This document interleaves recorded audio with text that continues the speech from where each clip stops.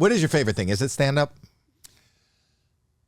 I'm fortunate in this way, and I wonder if you relate. When I'm doing stand-up, when I'm not doing stand-up, let's say I'm in a movie or something, the first couple of weeks I'll be like, this is the best. Like I heard you say this on Conan. It's like they put a piece of tape on the ground, they tell you where to stand, they tell you what to say. Right. And if you're at all funny, everyone's blown away. Like right. if you're at all funny, people are like, something. What the fuck is happening? Because look, I don't know. I like being a comedian. I consider myself more a comedian than an actor. So I like riffing and being silly. But then so for the first couple of weeks of a movie, you're like, this is the best. There's no anxiety. For me, there's what's to be anxious? The scene is 3 lines. You're going to do it 27 times. So there's no line memorization. But no nerves as to how you're going to be accepted. I know because I did acting for many, many years and still have a little bit. I find it uncomfortable because it's an uncomfortable. Most of the other people aren't comedians. Yeah. So that's their world. I feel like I'm in their world. It's not my world. That's interesting. It's so uncomfortable.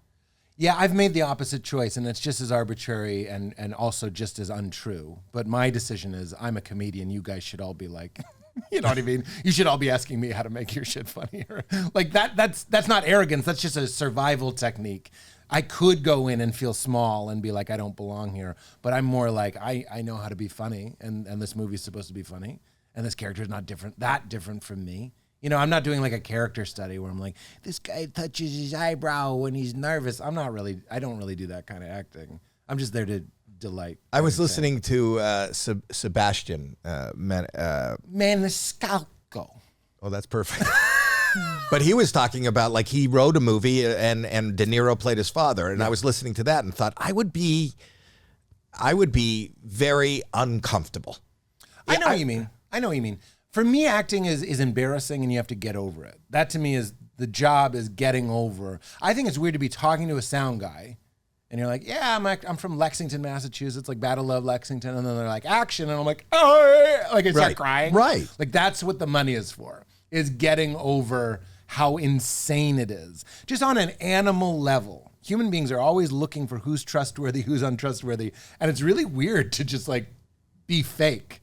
Right. Like everyone knows you weren't stabbed, but you're like, like that's corny. What film was that? That was Home Alone, Home Sweet Home Alone. It was a deleted scene, but my character gets stabbed. I missed it. Anyway, to answer your question, when I'm doing a movie, I'm like, this is incredible. And then after a couple of weeks, I really start missing stand-up. So it's this like circle, you know what I mean? I start going like, God, I miss just saying my own things, having no one telling me what to do, blah, blah, blah. So it's like pulling the bowstring back on stand-up.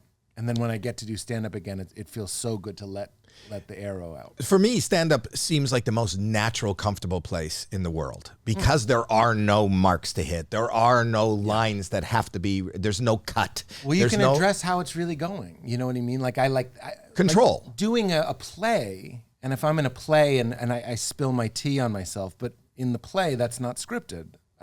He doesn't do that. So I have to just be like, I remember when Miles was born.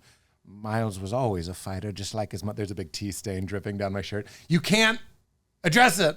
Right. That's a trap. Stand-up, to me, is the ultimate freedom of being like, if you spill tea or something on you, or if you're feeling a little off, or something's weird with the audience, you have, ultimate authority to call it out. And for kids that didn't feel like their realities were being addressed in a real way, it's the ultimate.